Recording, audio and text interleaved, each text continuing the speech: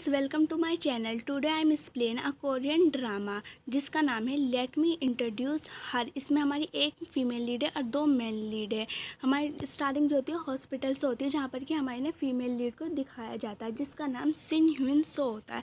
और वो जैसे उठती है वो अपने फेस को मिरर में देखती है, बहुत ज़्यादा डर जाती है और चिल्लाने लग जाती है, क्योंकि उसका पूरा फेस जो होता है ना वो बिल्कुल कवर होता है पट्टे से। वो बहुत ज़्यादा डरावना सीन होता है, तो वो उसे देख के डरने लग जाए। फिर सीन जो है ना 10 दिन पहले का जाता है, हमें दिखाई जाती है ट्रेन दिखाई जाती है, जहाँ पर कि उस ट्रेन के अंदर हमारी फीमेल लीड सो होती है, जो उसने अपना फेस को कवर कर रखा होता है। जब वो एक स्टेशन पे उतरती है, उतरने के बाद भी वो अपने चारों तरफ देखती है कि कोई उसे देख तो नहीं रहा या फिर कोई उसका पीछा तो नहीं कर रहा, फॉलो तो नहीं कर रहा, क्योंकि वो थोड़ी सी डरी हुई होती है और उसे ऐसा लग रहा होता है जैसे कोई उसका पीछा करेगा। और फिर वो एक फ्यूनरल में जाती है। वहाँ पे फ्यूनरल में पहुँचने के बाद ना वो छुपकी भी होती है, डायरेक्ट सामने नहीं जाती, क्योंकि वो वहाँ पे अपनी मदर और अपने भाई से मिलने के लिए आई हुई होती है। तो फिर वो एक पिलर के पीछे छुप जाती है और वहीं से वो अपने मदर और भाई को देखती है आते हुए, लेकिन वो उनके पास नहीं जाती।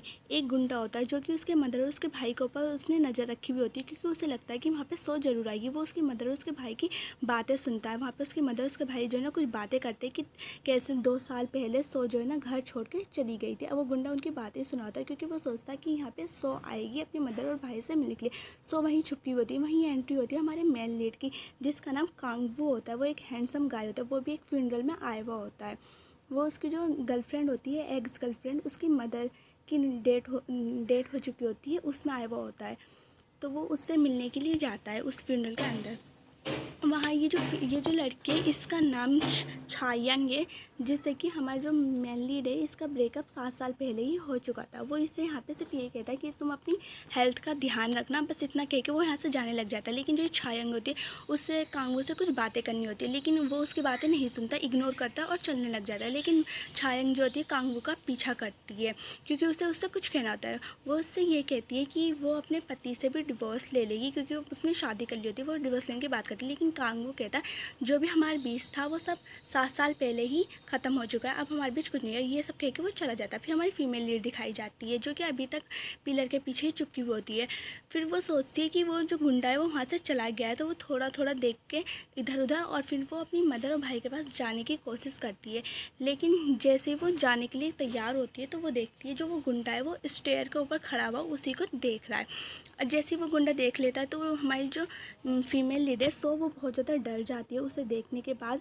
और वो गुंडा जो ना बाकी के अपने साथियों को बुला लेता है, बोलता है इसे पकड़ लो। जो हमारी सोए बहुत ज़्यादा डरी हुई होती है और भागने की कोशिश करती है। फिर वो वहाँ से भागना शुरू करती है। वो एलिवेटर के पास पहुँच जाती है और वो जैसे ही एलिवेटर के अंदर चल जाती है, वहाँ पर जो वे गुंडे होते हैं वे भी आ जाते हैं। वे स्टेयर से उसका पीछा करने लग जाते हैं। लेकिन हमारी फीमेल लीड जो होती है ना एलिवेटर के अंदर भी बहुत ज़्यादा डरी हुई होती है और सब उसी को देख रहे होते हैं। फिर एलिवेटर के अंदर एक औरत होती है जो उससे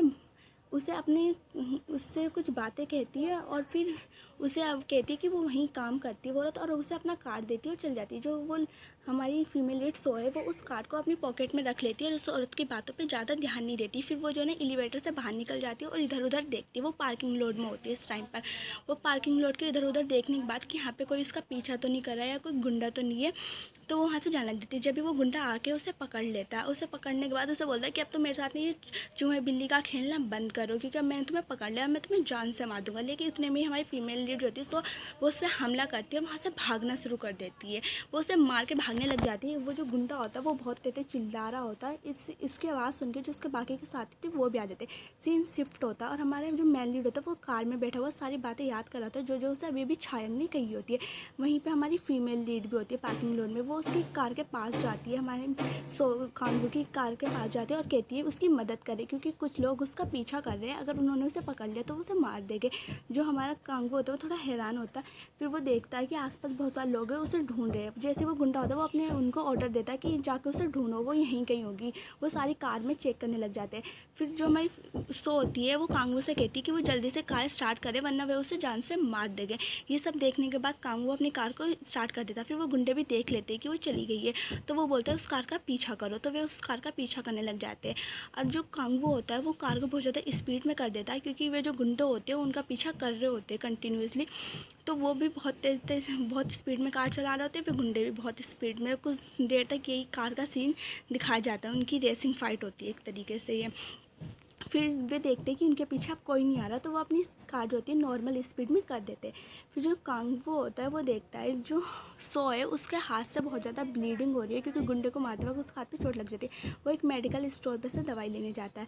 वो वहाँ से दवाई लेता है और वहाँ से लेने के बाद वो बाहर आता है, और फिर जब वो बाहर आके देखता है उधर उधर कार के अंदर कोई नहीं होता, क्योंकि वो जो सो होती है वहाँ से जा चुकी होती है। फिर हमें घर का सीन दिखाया जाता है, जहाँ पे ये जो लड़का है ये हमारा सेकंड मेन लीड है, जिसका नाम सियोक जून होता है।